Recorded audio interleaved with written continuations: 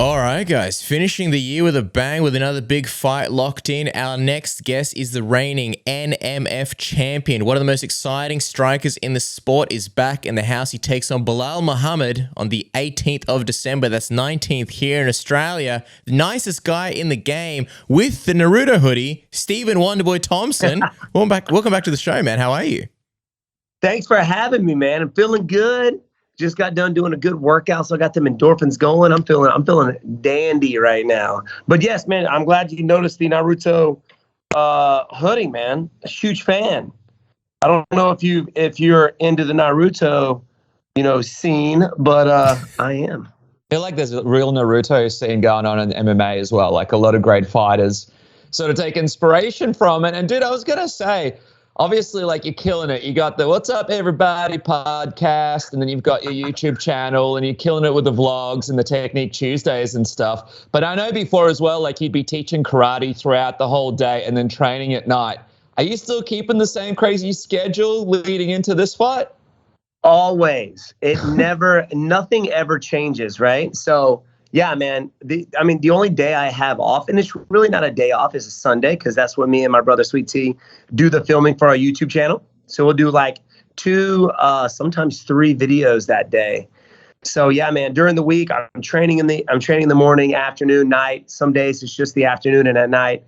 But still picking up kids from school, still teaching classes throughout the day, and it does not slow down around here, man. Doesn't slow down, but I wouldn't have it any other way. I love it. Yeah, respect for the frenzied pace, man. I don't know how you keep that up. But exciting times, man. You've got this fight scheduled with Belal Muhammad before the end of the year, so another nice one to sort of finish the year off. What was your reaction when Belal came across the desk? And it does kind of feel like a little bit short notice. I imagine you knew beforehand that this fight was coming together, but from where we stand, this was only just announced. Well, number one, we had some okay, so the UFC came to us and was like, hey, how does Belal Muhammad sound? This was about several weeks back, and I was in shape. I'm like, dude, thank you, Belal. Thank you. This is what was going in my head. Let's make this happen. I love Belal Muhammad. He's been trying to have me on his dang podcast for forever, and I feel bad because every time it happens, something always messes up on my end. Right? He's got like this Zoom thing, and it never works on my end, so I was never able to go on the show. You've actually tried it. You've had it scheduled, and it just failed on the day. Yes. Yes. And that's, and of course that's my fault. But still, I love the guy, man, and I'm so happy that he wanted to take this fight, because I wanted another fight in this year. I've been out recently the past few years with injuries, so it's been fairly difficult to me to get in there. With the Vicente Luque, it was a year before I fought. Then I fought Jeff Neal, which is crazy. It was about the same time this year. This year was last year. I was like the last fight of 2021, and I was co-main event. Main event ended up backing out. We ended up moving to main event, and I'm co-main event for this one, last card of 2021. So it's pretty cool. So I'm just excited to face off against a guy like Belal Muhammad, and He's funny, man. I love that guy. I think he's great. Good fighter, good person, good personality. And we're going to put on the show for the fans for sure.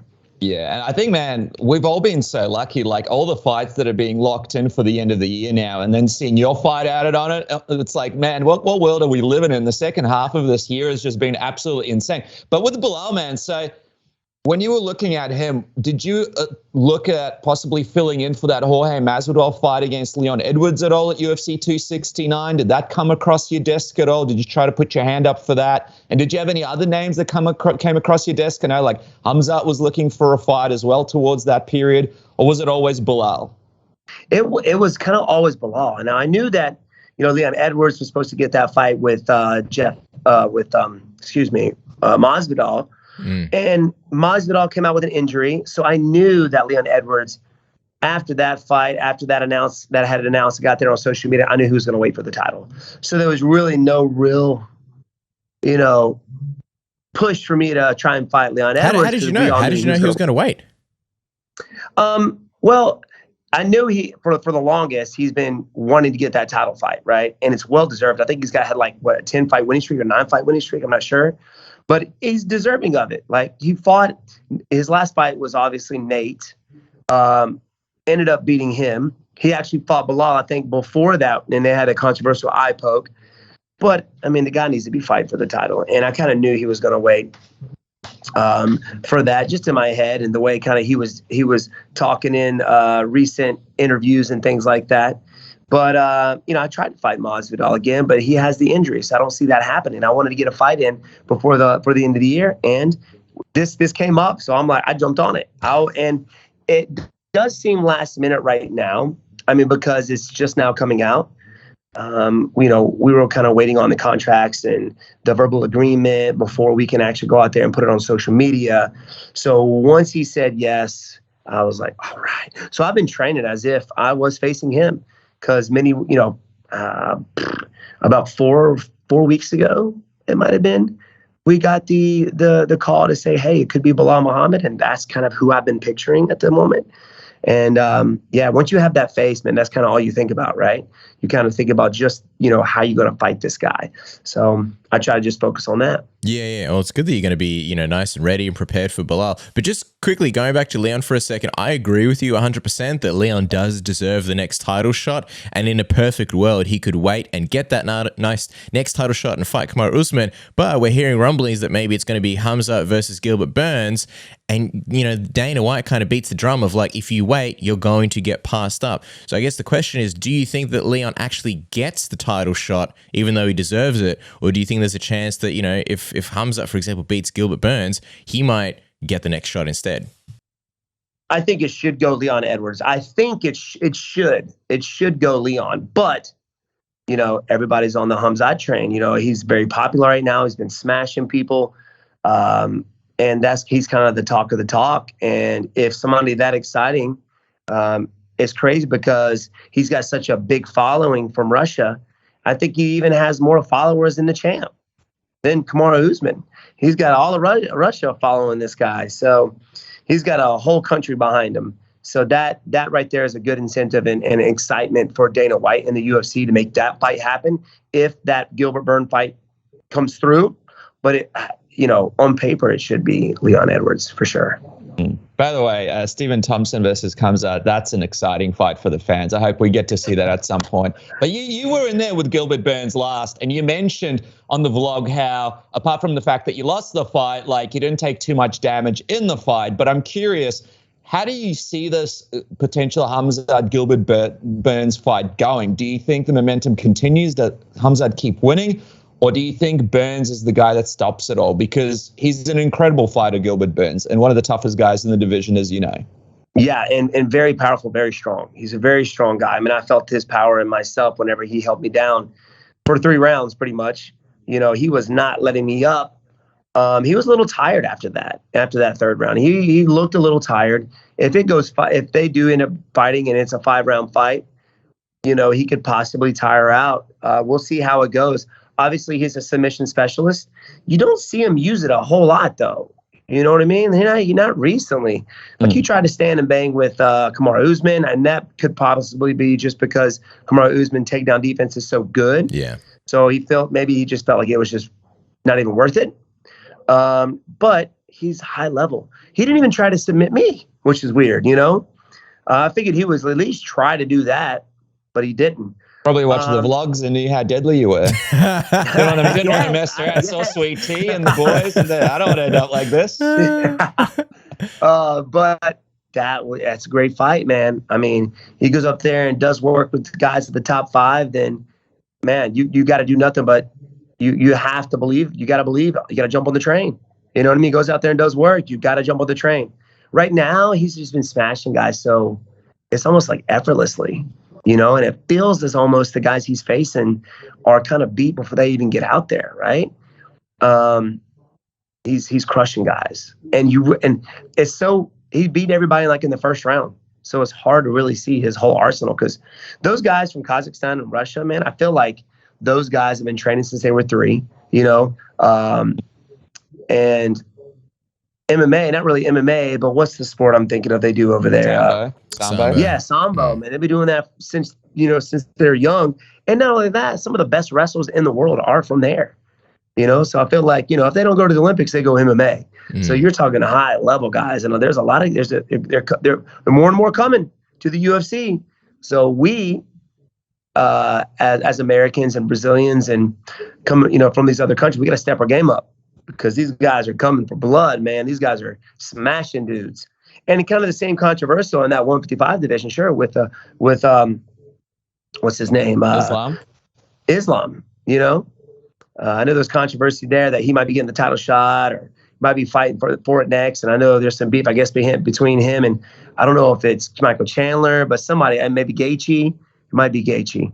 I've been seeing all kinds of stuff on Twitter, them going back and forth, and Khabib jumping in too. Yeah. And but it's exciting, man. It's an exciting time for sure. Yeah, UFC in 2030 is just going to be a bunch of dudes with beards and no mustaches. You heard it here first. Me and Sweet teach up about that all the time. Like, there's going to be some. If you're facing off a guy with a beard and no stash, you're in for a rough night. You're in for a rough night. Me and Casper decided to do Sambo there for a period, just for a bit of fun. And man, it was a real experience. Definitely a different kind of breed. But I'm curious, Stephen. You mentioned people getting on the train if he beats Gilbert Burns. Are you on the Khamzat train yet, or do you still need to see more yourself? Man, it's like right there, like one little more thing, and then I'm on it. You know what I mean? And in the future, you could possibly definitely be seeing us fight as well. I mean, he's could be fighting Gilbert Burns. He'd be right there with me, with all the top 5. And I think for him to really get, it's going to have to be somebody like Covington with that wrestling pedigree. To really test him, right? Because he's known for his wrestling, his control on the ground, and so is Usman and Colby Covington and these guys. So not really Gilbert. Gilbert's more a jiu-jitsu guy, likes to throw a little bit of boxing, but his wrestling is, it's pretty good. I mean, he got me down, but still, you're looking at the top wrestlers in the division with Colby Covington and Usman. So it may take one of those guys to kind of really show us how good he really is. Yeah, I was going to say, you mentioned the wrestling. When it comes to like your last fight against Gilbert Burns, how did you kind of move on from that one, especially heading into this Belal fight? Like, what were your kind of big takeaways and stuff? Well, I mean, it was easy, and there was a little bit of mistake. There was some mistakes that I made. Number one, my first mistake fighting out there with Gilbert was not keeping him on his heels. I was kind of hesitating a little too much, and what kind of threw me off was the way, he shot in. Normally he doesn't shoot that low. So it was kind of weird, but I made some adjustments with my takedown defense and my reaction time, being a little bit more aggressive, keeping him on there in his heels.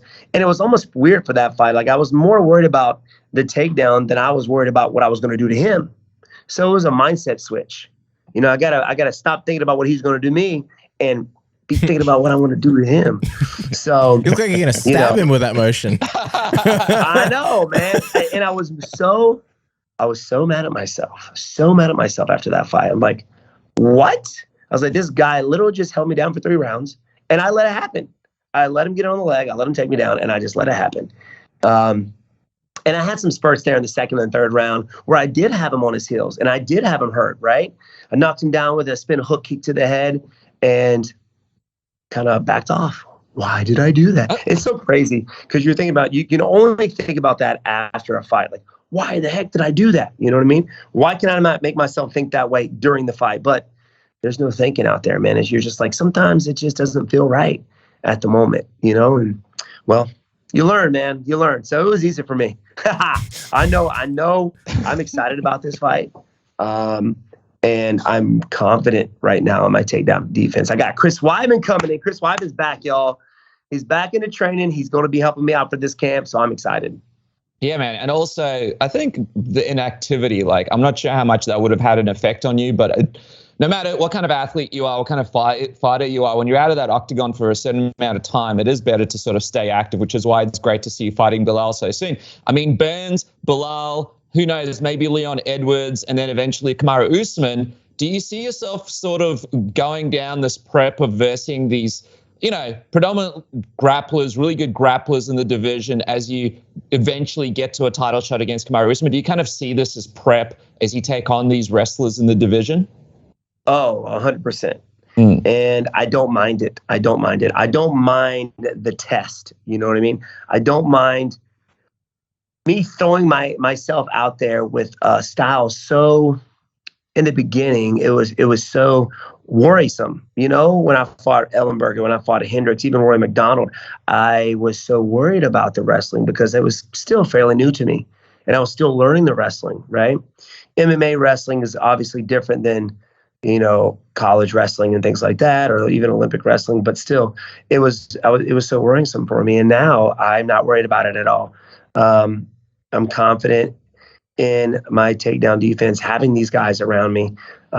It was just a mindset switch that I had to have my last fight, and I should have made that happen in the adjustment in between rounds, but I didn't. But I'm ready for this one, and I'm glad I'm back at it again soon, after that last fight. So I'm glad I'm jumping in and getting another fight this year. But it is. I do see this as prep for the title. And they're running out of guys to throw at Usman. He's beat everybody so far. He's beat Leon Edwards. He's fought Vicente Luque. Everybody except for me.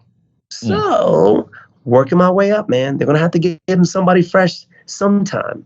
And it's going to be me. You kind of sound like you got a fire lit under you after this Gilbert Burns fight. Like, you keep thinking about that moment, the fight, the fact that he kind of held you down, and why didn't I do this and why didn't I do that? It feels like you got a bit of fire under you going into this one. And it looks like you really want to just get back in there and try and sort of, I suppose, almost kick into action some of the stuff that you learned from this Burns experience. 100%. It did light a fire in me, man. And not only that, my dad lit a fire in my behind too after that fight. He jumped on me. It was so funny, man. Of course, it was scary watching him jump. But as soon as we got back to the hotel, he laid into me. Boy, you should have, why did you let him take you down? Why did you let him hold it down? You didn't work the game plan. And I'm like, I'm sorry, Pops. But he lit a fire into me, and that in return, makes me, pick it up. It makes me fired up. Last thing I want to do is disappoint my Pops, man. He's been there with me and sacrificed so many years and time and, abuse, really. I mean, the guy is shuffling around. His elbows hurt from the years of mitt work that I've done with him. He's 66 years old, so still crushing him. I'm trying to keep up with him, but I don't want to disappoint him. So that's what lights me up. That's what fires me up.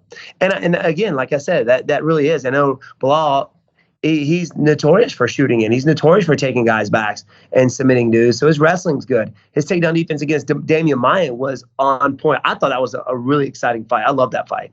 And hats off to him for the defense that he had, because Damian Maia is scary. Mm-hmm. Scary guy that when he gets a hold of you. And he was so cool. He was so cool out there. Belal was. So, yeah, I want to go out there and test it, against somebody like him. Get back out there. Let's do it again. I think he's the perfect, matchup for what you want to show in this one as well. I think that's what kind of makes it an exciting fight. And also, it's interesting talking about prep for like Kamaru Usman and stuff, but it's like you don't even know if Kamaru Usman will still be around. Like if you need another couple more wins, right? He's talking about kind of like making the most of this career and money fights. People like, dude, just go to middleweight. And he's like, well, I don't want to fight Israel. So we'll see. We'll see if Usman's even around when when you are due for that title shot. But anyway, speaking of fights, don't fight with your razor when shaving your nuts anymore. That has to stop. Don't be, in the shower, stretching out your junk, making it look like a bloody bat wing. Just trying to get smooth for this Australian summer. Use the Manscaped Lawnmower 4.0, the best grooming tool on the market. No more chopped balls, no more your junk looking like a fight of the night performance with its skin-safe technology, all sorts of different razors and guards for different lengths and textures. It's got the LED light, 7,000 of RPM power. You've got the travel lock so it doesn't go off in your bag. It's waterproof for ease. It's a wireless charging dock station. What more could you want? It's the pound for pound greatest grooming tool. You don't have to just use it on your junk. You can trim your beard with it, your mustache. I don't know. Maybe you want the, let me smash better the look. You want to shave off your mustache? You can do that with the Lawnmower 4.0. And also with Christmas around the corner, makes for a fantastic gift. Why not get a couple? Why not for yourself? For maybe, your friends. Christmas made easy thanks to Manscaped. We've got a juicy promo, and the Performance Package 4.0 comes with the Lawnmower 4.0. It comes with the Weed Whacker ear and nose hair trimmer. You got the Crop Preserver and the Crop Reviver, the anti-chafing ball deodorant moisturizer moisturizer and toner, free underwear, and a free bag to keep everything in there. Great deal if you ask us. Isn't that right, Dennis? Yeah, man. I mean, the older you get, the more you think about Santa Claus and the fact that if he has to make all those houses, he's got to have a smooth pair of balls to do it. Manscaped, you could technically look at it from the perspective of there wouldn't be a Christmas without Manscaped. So jump on today, use the code word submission, get 20% off and free shipping right now, and have the best holiday season ever thanks to Manscaped. And I mean, one of the key things, Cass, with a good holiday season is having some cash in your pocket to splash for all the people that you love, all your loved ones, the girlfriend, the other girlfriend, the other girlfriend, and then there's the girlfriend on the side that, you know, takes money through Vimeo and you got to send it to her, but you never really met her, but she says she's real, but she's not quite really real, but the photos look real, but they also look like photos of other people's profiles, and there's many, many copies of them across. Anyway, let's not talk about it right now. There's only one place to go to make that money, and that is my bookie. I mean, man, even this weekend, there are some crazy fights coming up. Obviously, Stephen Thompson, Belal Muhammad, man, that is going to be a great one. You could potentially make a bit of money on that one too. You've got UFC 269 coming up. So many great bets to put down.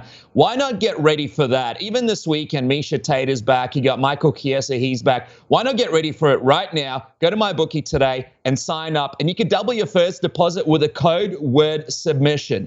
Jump on, use the code word submission, get yourself ready, because it's going to be a crazy betting season towards the end of the year. And there's only one place to do it, at my bookie. Code word submission, double your first deposit. Bet anything, anytime, anywhere with our friends at MyBookieCast. That's right. Get rich or die trying. Also, you mentioned Misha Tate. She's taking on Ketlin Vieira this week. And the big question is, where are you going to watch the fights? You could watch it from the comfort of your own home. Or if you want to get out and about, maybe have a few pints with the lads or the missus, maybe grab a free palm, or not free, maybe grab a palm, a meal, have your lunch and watch the fights at the same time. Fantastic idea. But then normally you would have to call around to pubs and say, hey, are you showing the fights? How many screens? Is the audio? Is the commentary? No more with our good friends at Match Pint. I'll show you right now on my phone. You whip out the Match Pint app. You scroll through UFC 269 Oliveira Poirier. We're not quite there yet. Here we go. UFC Fight Night, Vieira Tate. Yep. So you click into that one. It's going to show you a whole bunch of bars in your area. I've been a sneaky rascal, and I've changed my location to New South Wales just so that you guys can see, you know, we've got a lot of friends in New South Wales. Here we go. Spy Bar Jessamine. Let's have a look. All right, it's rated 3.9, and there you go. So you can see it's open till 11 o'clock. You got the photos, 11 screens, serves food, Wi-Fi, garden, pet friendly. Fantastic. What more could you want? And then also you've got the offers. Check it out. Free pint of Guinness. So Match Pint giving you all the awesome information right at your fingertips. Match Pint, your best friend for sports. Isn't that right, Dennis? Yeah, man. Download the Match Pint app today by clicking the link down below. And it's just really great, not only for the UFC. Like, if you're an NBA fan like myself, it's so hard to find a place to watch a good game of NBA. It's just like you download it. We've had people hit us up about it. You download it. It's in your phone. And when you and the mates are talking about, hey, what can we do on the weekend? What sports can we watch? You're the guy that finds the pub. You're the guy that gets the offers. And we all know those mates that never can quite find the right place, always ruin everything. Stop them from ruining your plans, thanks to Match Pint. Yeah, they must be stopped. But Stephen, go back to you, man. We were talking about Usman a second ago. I am curious, though, with Usman, what did you think of that Covington fight that happened a couple of weeks ago? Yeah, I thought it was good. I thought it was a good fight. Colby Covington can say what he wants to say. I mean, you know, obviously, the Colby fans and stuff, oh, he won it. But, you know, I thought Usman was actually going to go out there and finish him.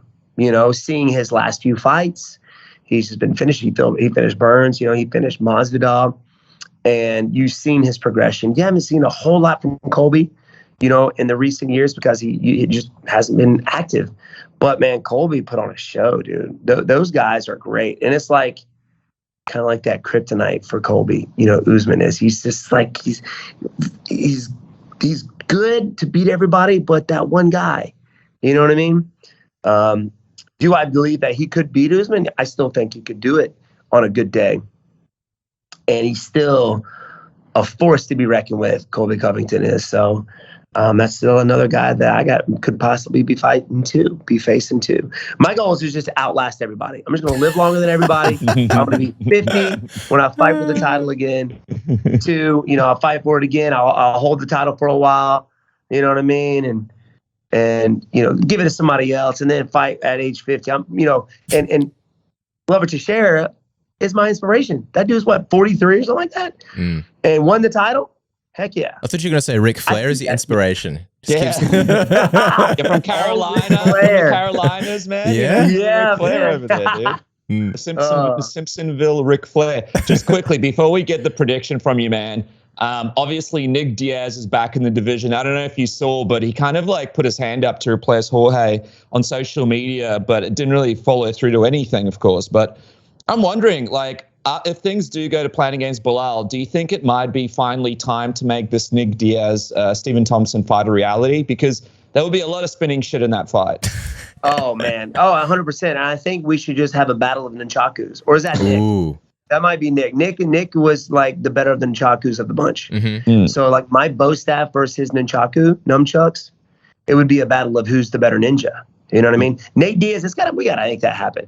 I go out there and win this fight. Come on, Nate. I'll be ready to go. You'll be ready to go. My people talk to your people. Let's make this happen. That would be cool. I would love to face Nick. So Nate is the number one preference over Nick right now. Because the Nick Diaz fight would be a lot of fun as well, man. A lot of fun. It would be, but I don't know what it was. After that last fight, what was he talking about? After, you know what I mean? Like he wasn't really wanting the fight or something. His management or something made the fight happen and he didn't know about it, or I don't know what he was saying, but it didn't make sense really. So it just kind of got me scratching my head after that last fight. Like, what was he talking about?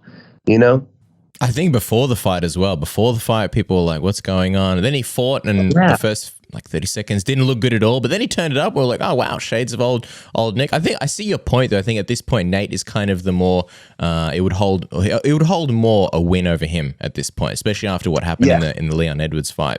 But I was going to ask you, so as we let you go, man, what is the official prediction for the Belal Muhammad fight on December 19th here in Australia? Well, I think you know what I'm going to say, but I don't make predictions. Yep. If a knockout happens, it happens. If it doesn't, it doesn't. I just visualize my hand being raised and having a great time out there with Belal Muhammad. We're gonna put on a show. Hopefully, we're co-main event. I'm not sure, but put on a show, man. I'm gonna have my hand raised at the end of this fight. Hug my man Belal. We'll go have a drink afterwards. Are you going to be on his podcast before or after the fight? That'd be pretty cool if you were on before two guys that are actually going to fight and then being on his podcast. I think that's unprecedented. That would be cool. And what do you even talk about? What are you going to do? I don't know. What are you going to do? I'm really sorry, but I'll really try. If you're listening, I was really trying to get on. I don't know what happened to my phone. It just wouldn't work. Sounds like mind games going into the fight, Steven. Sounds like mind games. Get the man. Nothing more frustrating than a bad web connection when you're trying to go with Zoom. And by the way, hopefully Tenacious D get the business in order and finally do this song live for you as you walk out. Well, everybody's got to get back on the petition. I think we kicked it off on your last appearance on this show, and all the fans need to get onto Tenacious D. That would be an absolutely iconic experience for everybody involved. But guys, make sure to subscribe to Steven's YouTube account where you can check out the What's Up Everybody podcast, the awesome vlogs, the pay-per-view watch-alongs, the breakdowns, the Technique Tuesdays, and lots more. It's really a must-follow for all MMA fans. And, of course, check out the fight, Steven. We appreciate you staying up late just to speak to us. It's always an honor, my friend. Man, the honor and pleasure is all mine, my brother. Always love hanging out with you guys. I love the energy, man. You guys have a great night. Love y'all, man, and we'll catch y'all later.